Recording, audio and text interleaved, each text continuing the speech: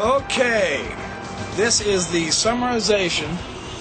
This is the summarization of Warfare in the Book of Mormon symposium that several dozen scholars participated in back in the 1990s, where they were describing the characteristics of warfare as the Book of Mormon described it. And I'm going to read the complete summary of the entire 500-page symposium. William Hamblin wrote the summary. And I'm going to read it because he masterfully summarizes up the astonishing materials that they covered over this 3 or 4 day symposium that they held. Historians are becoming increasingly aware of the fundamental role of warfare in human history. Warfare served, for instance, as a major factor in the development of early forms of civilization as well as the state. Many times, military conquest directly resulted in cultural interaction and the transformation of civilizations, such as the spread of Hellenism after the conquest of Alexander the Great, and the great Islamic cultural synthesis following the Arab conquests. The expansion and the eventual dominance of the world's great religions were often closely related to military conquest. Military conquests directly aided in the extension of Christianity, especially in the Age of Discovery. The success of Arab conquests swiftly raised Islam to the status of a world religion. In addition, the search for military superiority over enemies, this frequently stimulated the invention of new technologies. Much of the great literature of antiquity centered around military themes and was produced under the patronage of the military elites themselves. The transportation of diseases, plants, and animals, as well as human migrations to new regions, this was closely connected with military expeditions. Exploration and the expansion and control of trade routes were based as much on military as on economic activities. Warfare was thus a major concern of the elites of ancient societies. In early times, leaders frequently assumed that anyone who was not a member of their tribe, city, or kingdom was a potential enemy. And this is how they acted. This is how they treated them. Thus, unless some compelling reason existed for peaceful cooperation, international relations were at best passively hostile and quite openly violent. Periods of peace were often predicated more on the fear of going to war with a strong enemy than on any concept among the ruling elite that peace was somehow desirable. In other words, they preferred to conquer their enemy instead of living in peace. Is how they did it. Very Book of Mormon theme.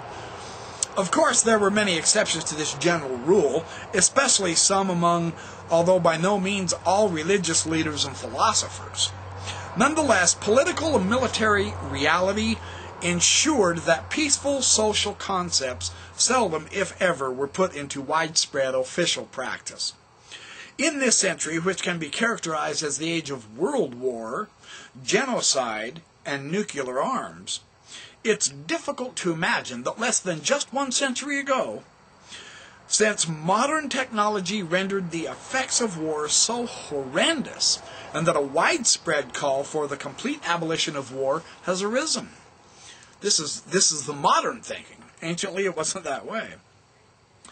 The inevitability of war has always been a chief criteria in determining how ancient societies organized themselves.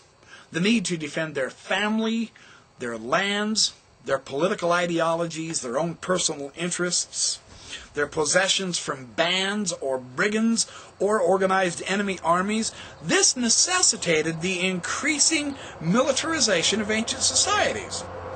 In such a situation, the ruling elites were closely associated with, if not actually the same as, the military elites. Indeed, many rulers could maintain their power only by exerting military force against their own people, their own subjects. The process of progressive militarization culminated in the formation of a series of huge militarized empires. We have examples of these: Assyria, Babylon, Mesopotamia, Egypt, Persia, so on and so forth. The empire of Alexander the Great and his successors, the Mauryan Empire in India, the Qin dynasty in China, and of course, Rome. In those social and economic conditions, most disposable economic resources of ancient governments were devoted to maintaining a strong military force. Estimates vary, but probably 50 to 75% of the revenues of pre-modern European governments went to support the armies. The social, the cultural, and religious values of many ancient societies further glorified military action and heroism, creating a widespread martial mentality. The spoils of war represented a major source of income and prosperity for a victorious state. What we see today as the great cultural achievements of ancient civilizations were, for the most part, built upon the plunder, the blood, and the ruins of defeated enemies. The civilizations described in the Book of Mormon were no exception to this general pattern. Aside from a remarkable period following the visitation of Christ to the Nephites, where they had a brief period of peace, the armed conflicts at different levels of intensity were nearly constant phenomenon. Few, if any, generations passed without involvement in a major war in the Book of Mormon. The authors of the Book of Mormon took war and its social and spiritual ramifications very seriously. Hugh Nibley, for instance, estimated that the book devotes approximately 1/3 of its content directly or indirectly to military matters. The Book of Mormon describes many aspects of warfare in great detail, and several of its prophets, as well as the heroes, were military men. In its emphasis on warfare, the Book of Mormon accurately reflects the grim reality of history. Did you catch that? Let me repeat that.